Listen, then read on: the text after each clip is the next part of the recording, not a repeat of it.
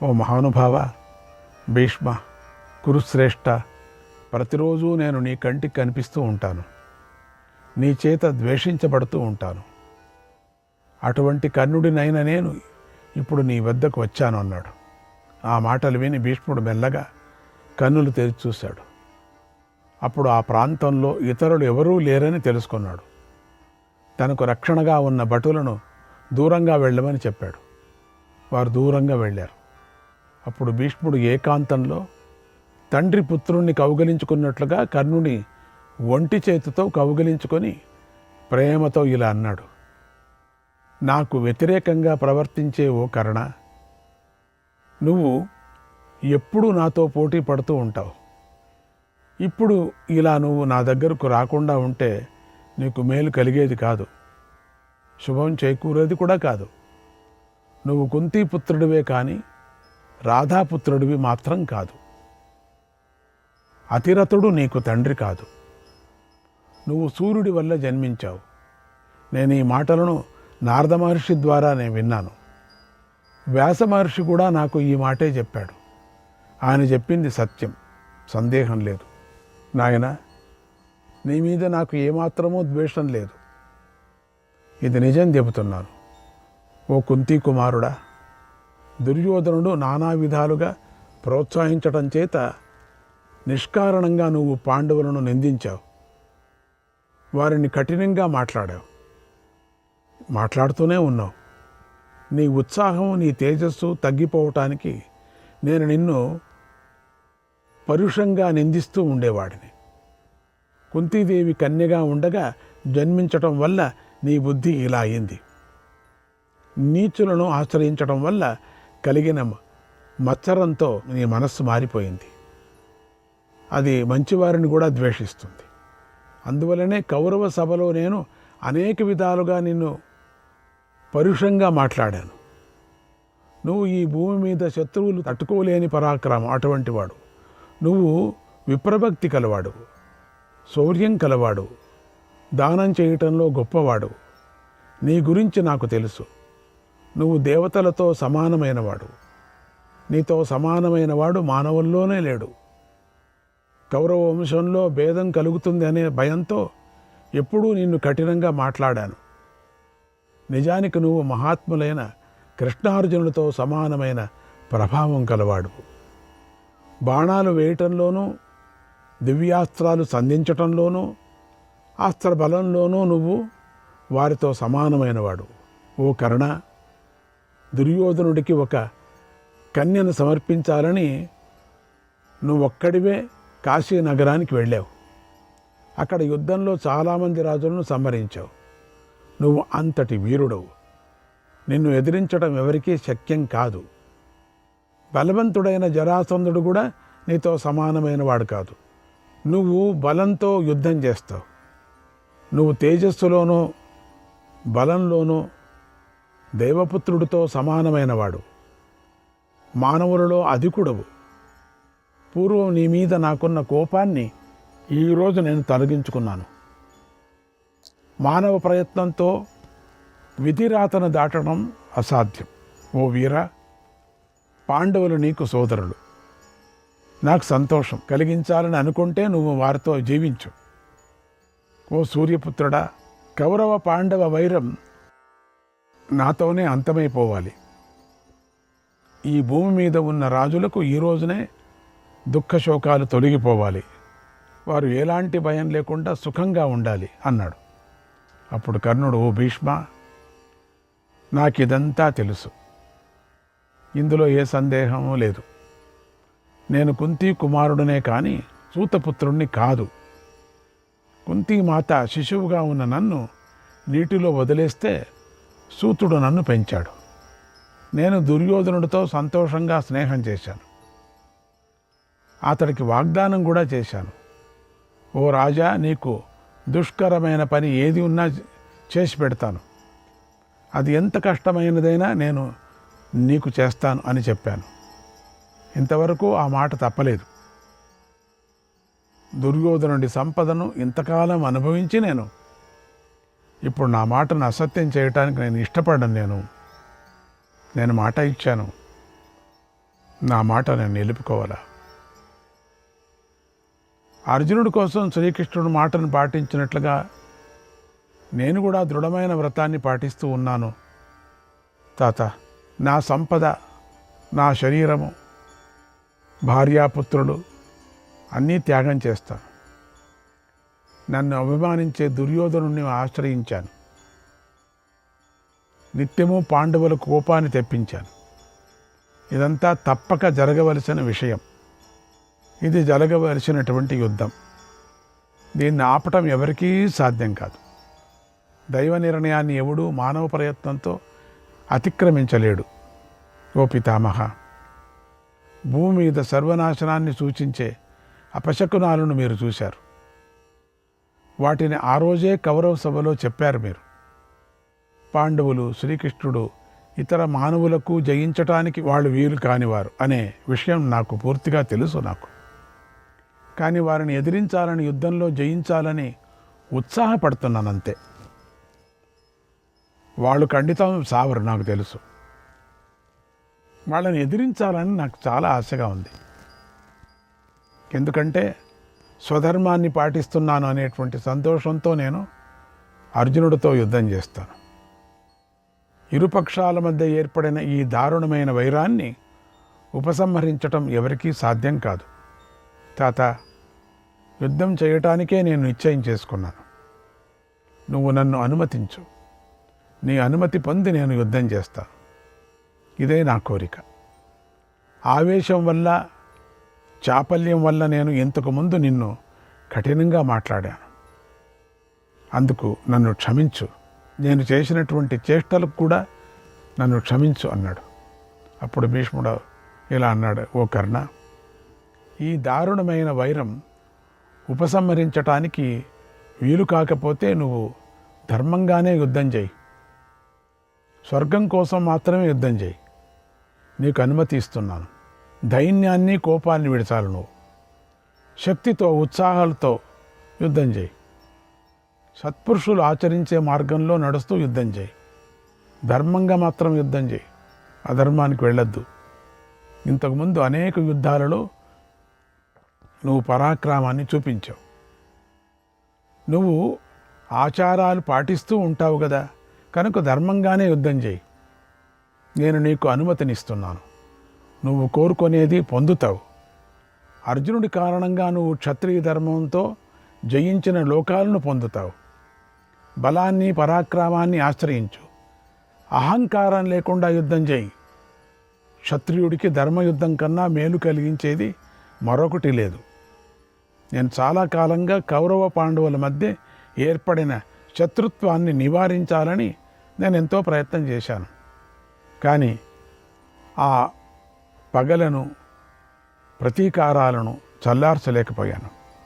శత్రుత్వాన్ని నివారించలేకపోయాను. ఇది సత్యం, నీకు నిజం చెబుతున్నాను అన్నాడు.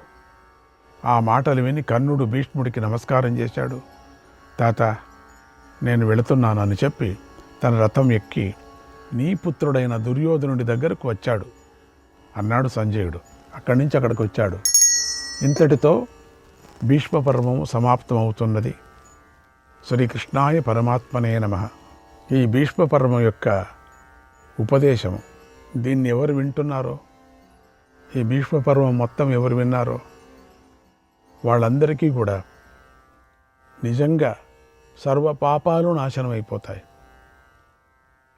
ఏదేది ఇక్కడ జరిగిందో అంటే అబద్ధాలతో కానీ, మోసంతో కానీ, అధర్మంతో కానీ జరిగినటువంటి ఏదేది ఇండ్లలో ఉండేటువంటి కోపతాపాలు, పాపాలన్నీ కూడా నశిస్తాయి.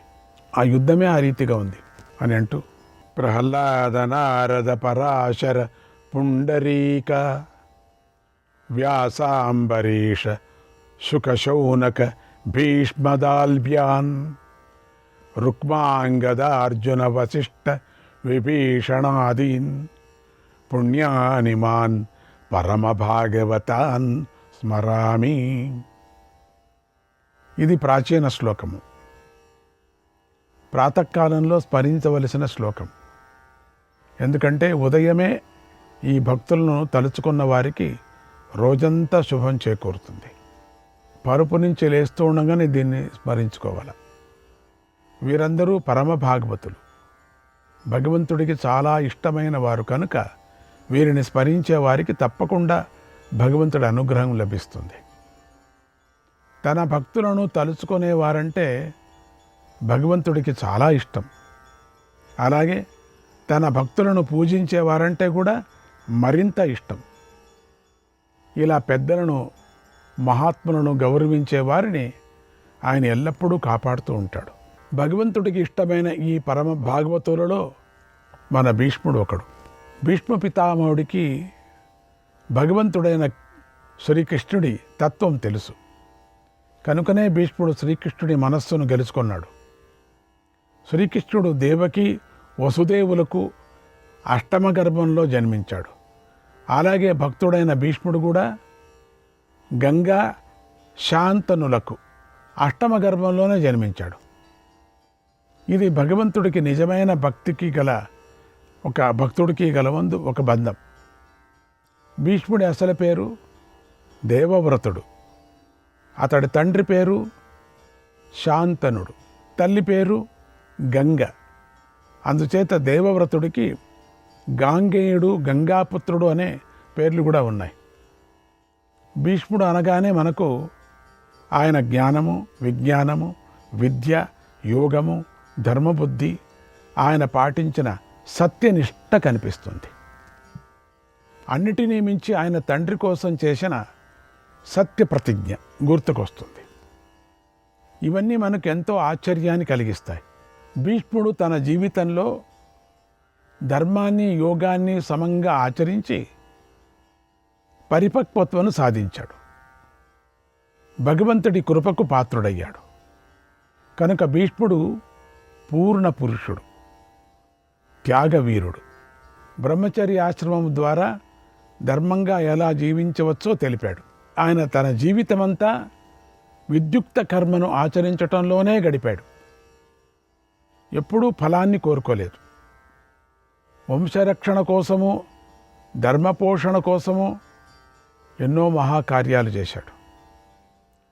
పరోపకారార్థమిదం శరీరం అన్నట్టుగా భీష్ముడి జీవితమంతా ఇతరులకు ప్రయోజనం కలగటం కోసమే అంకితమై ఉందని గమనించాలి.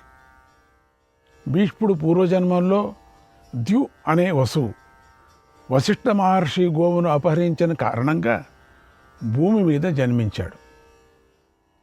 ఈ కథనంతా మనం ఆదిపర్వంలో చెప్పుకున్నాం కదా. భీష్ముడు ఎవరని? వసువుగా ఉన్నప్పుడు తనను శపించిన వశిష్ఠ మహర్షినే భీష్ముడు చిత్రంగా భూలోకంలో గురువుగా ఎన్నుకొన్నాడు.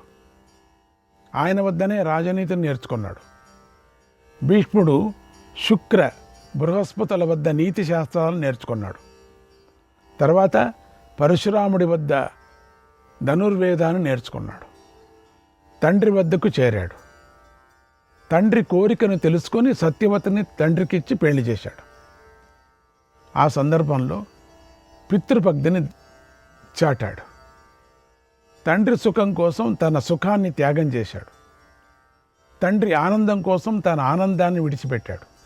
ఆజన్మాంతం బ్రహ్మచారిగా ఉంటాను, రాజ్య రక్షకుడుగా మాత్రమే ఉంటానని ప్రతిజ్ఞ చేశాడు. అందుకే ఈ రాజ్యంలో చాలామంది అడిగారు ఎందుకు అక్కడికి వెళ్ళలేదు అని. అప్పుడు ప్రతిజ్ఞ చేశాడు కదా, ఈ వంశంలోనే, ఈ రాజ్యంలోనే ఉంటానని. అందుకని ధర్మరాజు తట్టు వెళ్ళలే. ఇంతటి భీషణ ప్రతిజ్ఞ చేయటం వల్ల ఆ రోజు నుంచి దేవవ్రతుడికి భీష్ముడు అనే పేరు వచ్చింది. అదే ముల్లోకాలను ప్రసిద్ధి చెందింది. శ్రీరాముడు త్రేతాయుగంలో పితృభక్తిని చాటిగా, భీష్ముడు ద్వాపరయుగంలో పితృభక్తిని చాటాడు.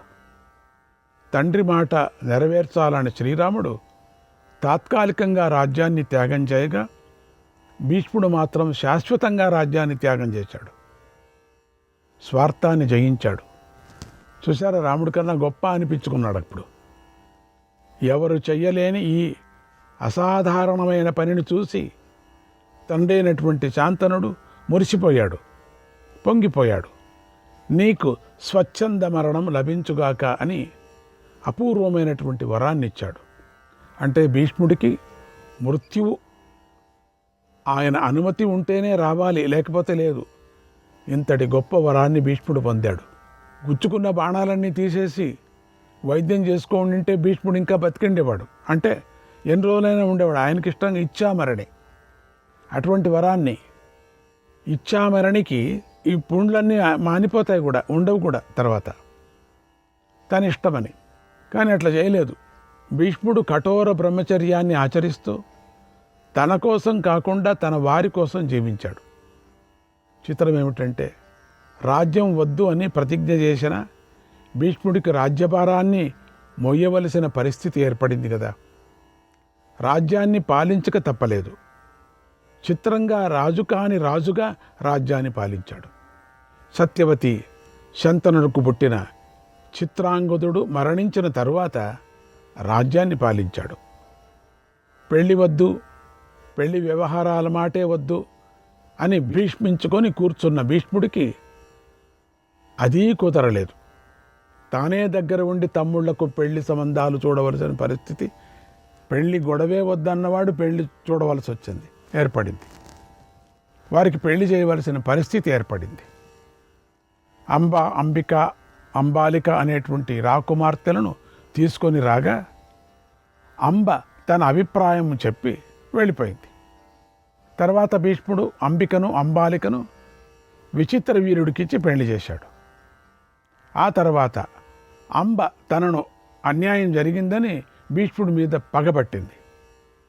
ఆయన్ని ద్వేషించే ఏకైక వ్యక్తిగా అంబ ఆయన జీవితంలో నిలిచిపోయింది.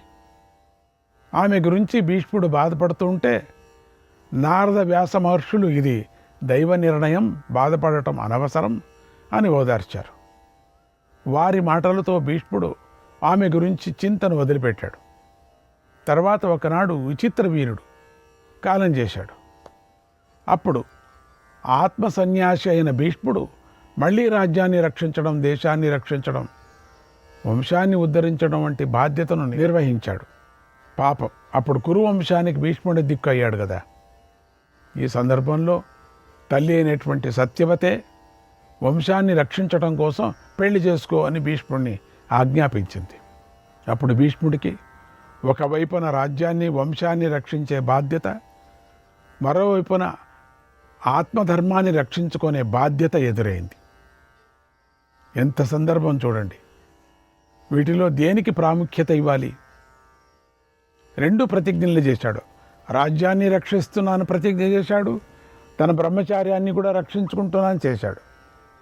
ఇప్పుడు రెండు దాండ్ల మీద పడింది ఒత్తిడి. వీటిలో దేనికి ప్రాముఖ్యత, ఏది ముఖ్యం అనే విషమ పరీక్షను భీష్ముడు ఎదుర్కొన్నాడు. సత్యవతి కారణంగానే భీష్ముడు ఆనాడు పెళ్లి చేసుకోలేదు. మళ్ళీ ఆ సత్యవతి కారణంగానే ఈ రోజున సంకట పరిస్థితి ఏర్పడింది. అదే సత్యవతి అప్పుడు ఆమె కోసం వద్దనుకున్నాడు, ఇప్పుడు ఆమె మళ్ళీ బలవంతం చేస్తుంది. ఈ పరిస్థితిలో భీష్ముడు చలించలేదు, బెదరలేదు, తన ప్రతిజ్ఞను, ధర్మాన్ని ఉల్లంఘించలేదు. శ్రీకృష్ణాయ పరమాత్మనే నమః.